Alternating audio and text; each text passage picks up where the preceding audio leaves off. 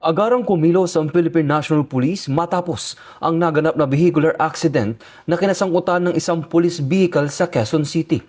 Batay sa paunang ulat, sakay ng sasakyan ng 4 na police personnel at 6 na person under police custody o PUPC na mangyari ang insidente.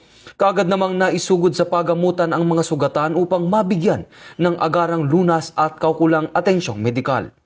Nagpaabot naman ng taus-pusong paikiramay ang Philippine National Police sa mga pamilya ng mga nasawi at tiniyak na tuloy-tuloy ang pagbibigay ng assistance at suporta sa paikipag-ugnayan sa lokal na pamahalaan at iba pang concerned agency. Kasabay nito, iniutos na ng Philippine National Police ang masusing investigasyon upang matukoy ang sanhi ng insidente at higit pang mapalakas ang safety measures at operational procedures upang maiwasan ang kahalintulad ng pangyayari sa hinaharap. Tiniyak ng PNP na mananatiling tapat sa katotohanan, magsisilbi ng may malasakit at pananagutan alinsunod sa bagong PNP para sa bagong Pilipinas. Serbisyong mabilis, tapat at nararamdaman.